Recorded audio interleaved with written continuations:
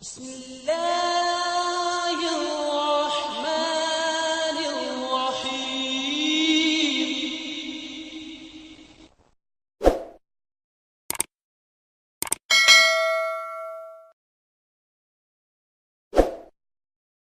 لذا بہت سے ہمارے جو ناظرین ہیں ان کے سوالات موصول ہو رہے ہیں ہمیں فرشتوں کے تعلق سے ہی، اس لیے میں چاہوں گا کہ فرشتوں کے حوالے سے اور ملائک کے حوالے سے حضرت مسیح موعود السلام نے جو کتاب آئینہ کمالات اسلام میں جو تفاصیل پیش کی ہیں وہ سب سے پہلے آپ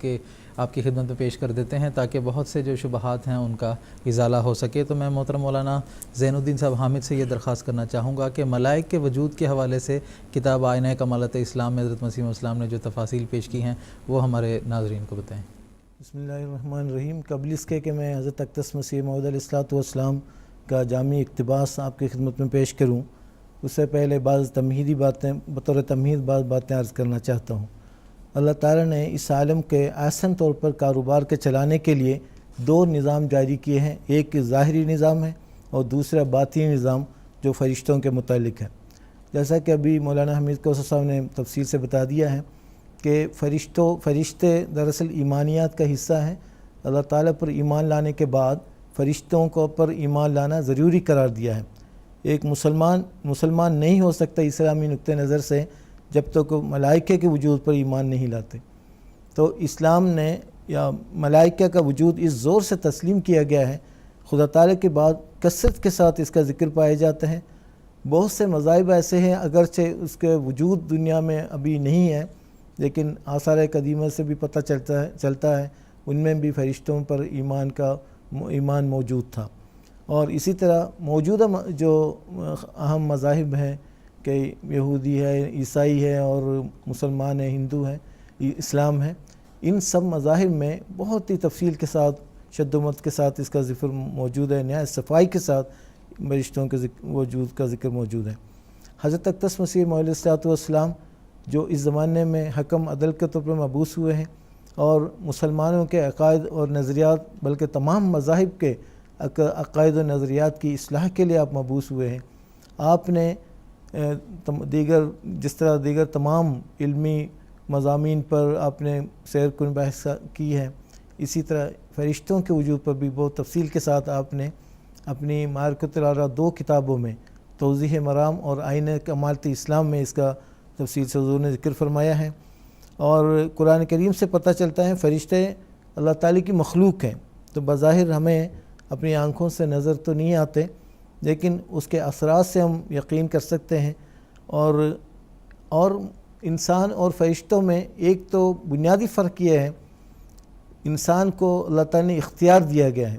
یعنی چاہے وہ نیکی کے راستے کو اپنا لے یا پھر نیکی سے ہٹ کر بدی کے راستے کو اپنا لے، ان کو اختیار دیا گیا ہے۔ اسی اختیارات کی وجہ سے وہ ثواب کے بھی مستحق ٹھہرتے ہیں۔ لیکن فرشتے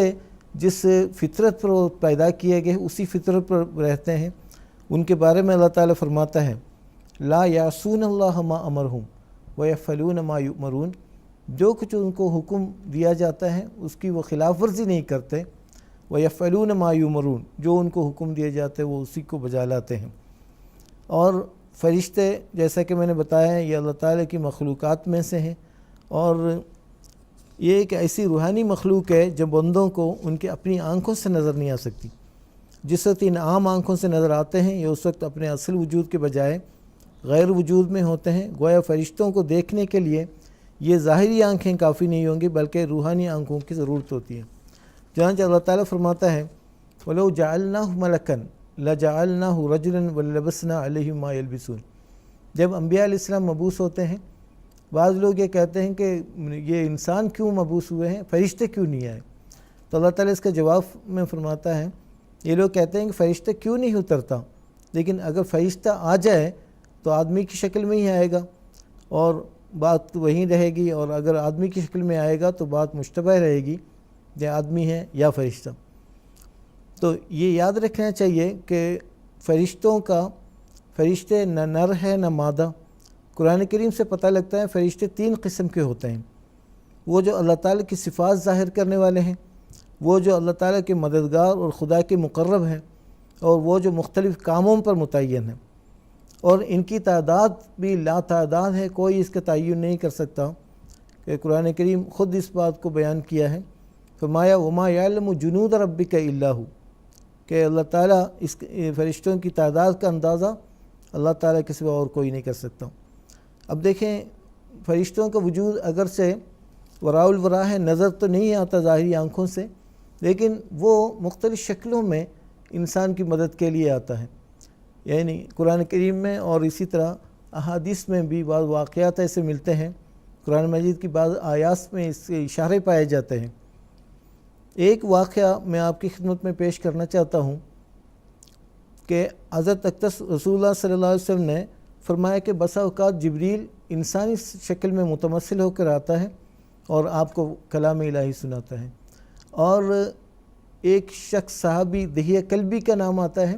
بسا اوقات جبریل آپ کی شکل میں، دحیہ کلبی کی شکل میں بھی آپ کے متمثل ہوتے رہے ہیں۔ مدینہ کا واقعہ ہے، حضور صلی اللہ علیہ وسلم کی مجلس لگی ہوئی تھی، صحابہ آپ کے گرد بیٹھے ہوئے تھے اور علم عرفان کی مجلس چل رہی تھی۔ اچانک ایک شخص آیا،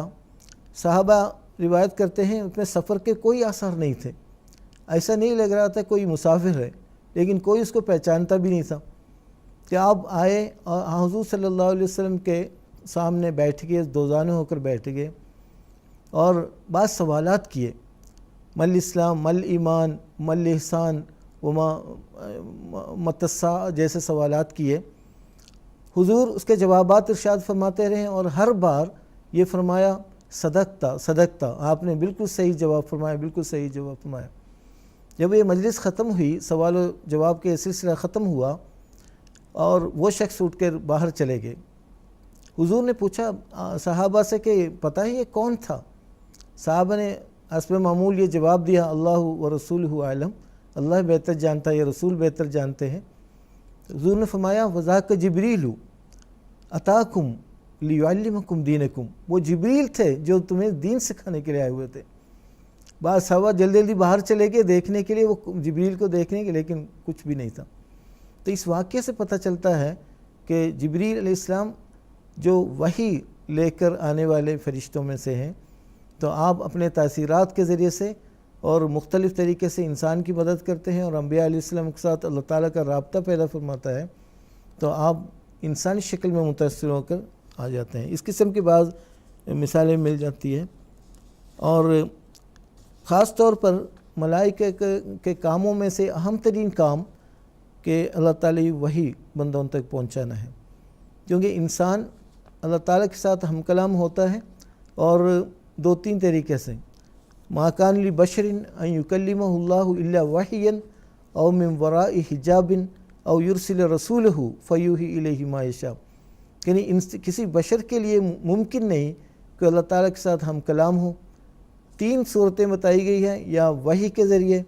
یا وراء حجاب پردے کے پیچھے سے یعنی خواب و کشوف کے ذریعے، او یرسل رسولا فیوحی الیہ ما یشاء، یا فرشتوں کے ذریعے جو اللہ تعالیٰ بھجواتا ہے اور اللہ تعالیٰ فرشتوں کے ذریعے کلام کرتا ہے۔ تو قرآن کریم میں اس تعلق میں فرمایا اللہ یستفی من الملائکۃ رسلا ومن الناس، اللہ تعالیٰ ملائکہ میں سے بھی اور انسانوں میں سے بھی رسول مبعوث فرماتا ہے، یعنی فرشتے آتے ہیں اور جو منتخب افراد ہوتے ہیں انسانوں میں سے ان کو کلام پہنچا دیتا ہے۔ تو اسی طرح یہ کام یہ بھی بتایا گیا ہے یتوفاکم ملک الموت الذی وکل بکم، کہ تمہاری روح موت کا فرشتہ قبض کرتا ہے جس کے سپرد تمہاری روح قبض کرنے کا کام کیا گیا ہے۔ حضرت اقدس مسیح موعود علیہ السلام نے بڑی تفصیل کے ساتھ اس پر روشنی ڈالی ہے، اور جہاں تک فرشتوں کا انسان کے ساتھ رابطہ ہے، عام انسان کے ساتھ بھی، تو اس کے بارے میں بھی قرآن کریم میں متعدد مقامات پر اللہ تعالیٰ نے بیان فرمایا ہے۔ میں بطور مثال ایک بات کی طرف اشارہ کرنا چاہتا ہوں، فرمایا ان الذین قالوا ربنا اللہ ثم استقاموا،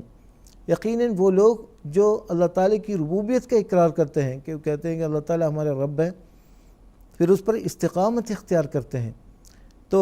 فرمایا تتنزل علیہم الملائکہ، ان پر فرشتے بکثرت اتریں گے، اور اس پیغام کے ساتھ اللہ تخافوا ولا تحزنوا وابشروا بالجنۃ التی کنتم توعدون، تو اللہ تعالیٰ کی طرف سے فرشتے مقرر کیے گئے ہیں کہ ایسے انسان، ایسے مومن، ایسے کامل مومنوں کو بشارت دیں کہ ان کو خوشخبری دیں جو اللہ تعالیٰ کی ربوبیت کا اقرار کرتے ہیں، پھر استقامت اختیار کرتے ہیں۔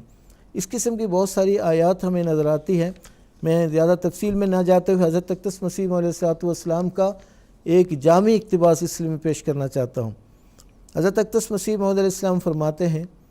خدا تعالیٰ کے قانون نے ہمارے قوا کی تکمیل اسباب خارجیہ پر رکھی ہے،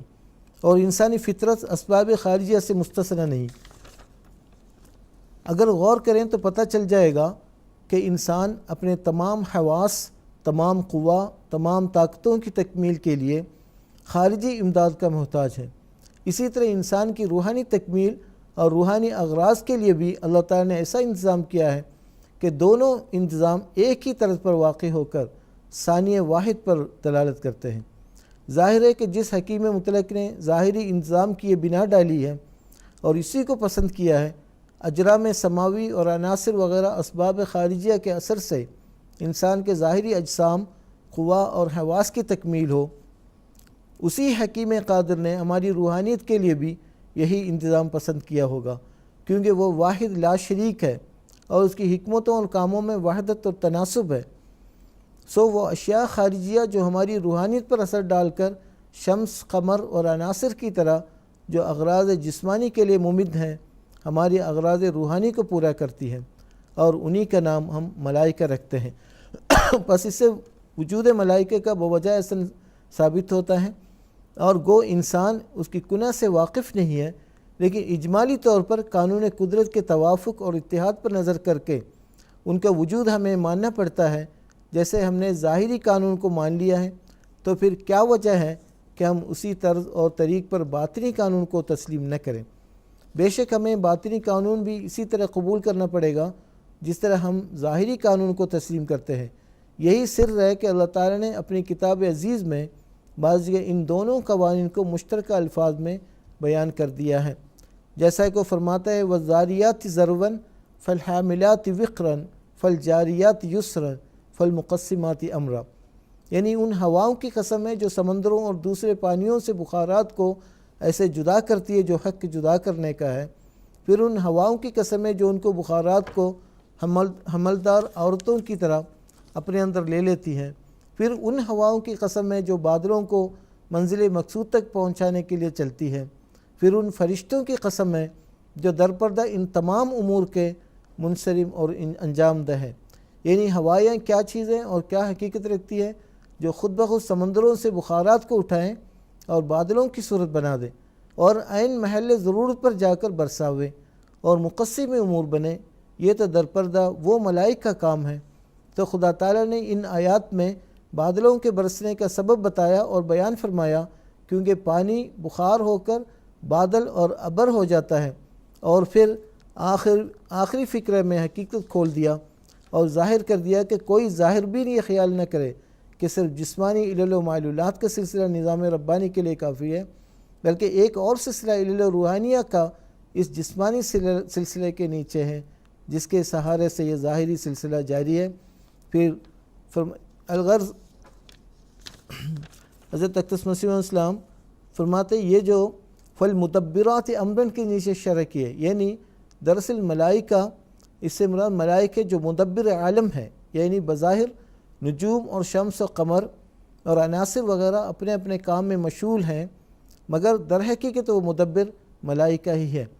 اب جبکہ خدا تعالیٰ کے قانون قدرت کی روح سے یہ بات نہایت صفائی سے ثابت ہو گئی ہے کہ نظام روحانی کے لیے بھی نظام ظاہری کی طرح مؤثرات خارجیہ ہیں، جن کا نام کلام الہی میں ملائکہ رکھا ہے۔ پس حضرت اقدس مسیح علیہ السلام کے اس حوالے سے ظاہر ہے